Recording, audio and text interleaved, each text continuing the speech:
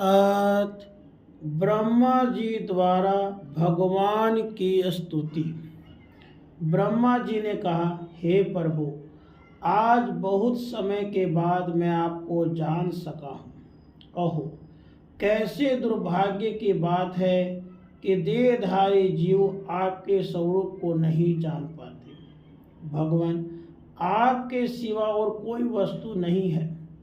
जो वस्तु प्रतीत होती है वह भी स्वरूपतः सत्य नहीं है, क्योंकि माया के गुणों के शोभित होने के कारण केवल आप ही अनेकों रूपों में प्रतीत हो रहे हैं। हे देव, आपकी चित्त शक्ति के प्रकाशित रहने के कारण अज्ञान आपसे सदा ही दूर रहता है। आपका यह रूप, जिसके नाभि कमल से मैं प्रकट हुआ हूँ, सैकड़ों अवतारों का मूल कारण है। इसे आपने सत्पुरुषों पर कृपा करने के लिए ही पहले पहल प्रकट किया है।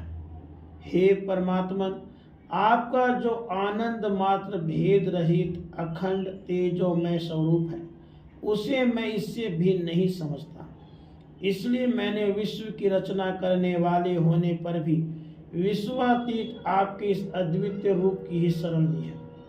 यही संपूर्ण भूत और इंद्रियों का भी अधिष्ठान है। हे विश्व कल्याण में मैं आपका उपासक हूँ। आपने मेरे हित के लिए ही मुझे ध्यान में अपना यह रूप दिखलाया है। जो पापात्मा विषयासक्त जीव हैं, वे ही इसका अनादर करते हैं। मैं तो आपके इस रूप में बार बार नमस्कार करता हूँ। मेरे स्वामी, जो लोग वेद रूप वायु से लाई हुई आपके चरण रूप कमल कोश की गंध को अपने कर्णपुटों से ग्रहण करते हैं, उन अपने भक्तजनों के हृदय कमल से आप कभी दूर नहीं होते, क्योंकि वे पराभक्ति रूप डोरी से आपके पाद पद्मों को बांध लेते हैं। जब तक पुरुष आपके अभयप्रद चरणाविंदों का आश्रय नहीं लेता, तभी तक उसे घर, धन और बंधुजनों के कारण प्राप्त होने वाले भय, शोक, लालसा, दीनता और अत्यंत लोभ आदि सताते हैं, और तभी तक उसे मैं मेरेपन का दुराग्रह रहता है, जो दुख का एकमात्र कारण है। जो लोग सब प्रकार के अमंगलों को नष्ट करने वाले आपके श्रवण, कीर्तन आदि प्रसंगों से इंद्रियों को हटाकर लेश मात्र विषय सुख के लिए दिन और मन ही मन लालायित होकर निरंतर दुष्कर्मों में लगे रहते हैं, उन बेचारों की बुद्धि देव ने हर ली है। हे परमात्मा, इस प्रजा को भूख, प्यास, वात, पीत, कफ, सर्दी, गर्मी, हवा और वर्षा से, परस्पर एक दूसरे से तथा काम, अग्नि और दूसरे क्रोध से बार बार कष्ट उठाते देखकर मेरा मन बड़ा खीन होता है।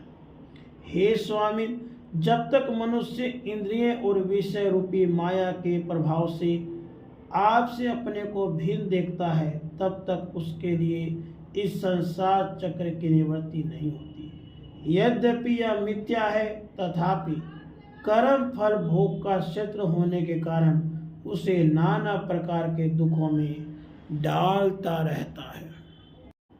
श्री मैत्रेय जी कहते हैं, विदुर जी, इस प्रकार तप, विद्या और समाधि के द्वारा अपने उत्पत्ति स्थान श्री भगवान को देखकर तथा अपने मन और वाणी को शक्ति के अनुसार उनकी स्तुति कर ब्रह्मा जी थके से होकर मौन हो गए। श्री मधुसूदन भगवान ने देखा कि ब्रह्मा जी इस प्रलय जल राशि से बहुत घबराए हुए हैं और लोक रचना के विषय में कोई निश्चित विचार न होने का उनका चित्त बहुत खिन्न है। तो उनके अभिप्राय को जानकर वे अपने गंभीर वाणी से उनका खेद शांत करते हुए कहने लगे। श्री भगवान ने कहा, वेद गर्भ, तुम विषाद के वशीभूत हो आलस्य न करो, सृष्टि रचना के उद्यम में तत्पर हो जाओ। तुम मुझसे जो कुछ चाहते हो उसे तो मैं पहले ही कर चुका हूँ। तुम एक बार फिर तप करो और भागवत ज्ञान का अनुष्ठान करो। उनके द्वारा तुम सब लोगों को स्पष्टतया अपने अंतःकरण में देखोगे। फिर भक्ति युक्त और समाहित चित होकर तुम संपूर्ण लोक और अपने में मुझको व्याप्त देखोगे और मुझ में संपूर्ण लोक और अपने आप को देखोगे। ब्रह्मा जी, त्रिलोकी को तथा जो प्रजा इस समय मुझ में लीन है उसे तुम पूर्व कल्प के समान मुझ में रचकर अपने सर्ववेदमय स्वरूप से स्वयं ही रचो।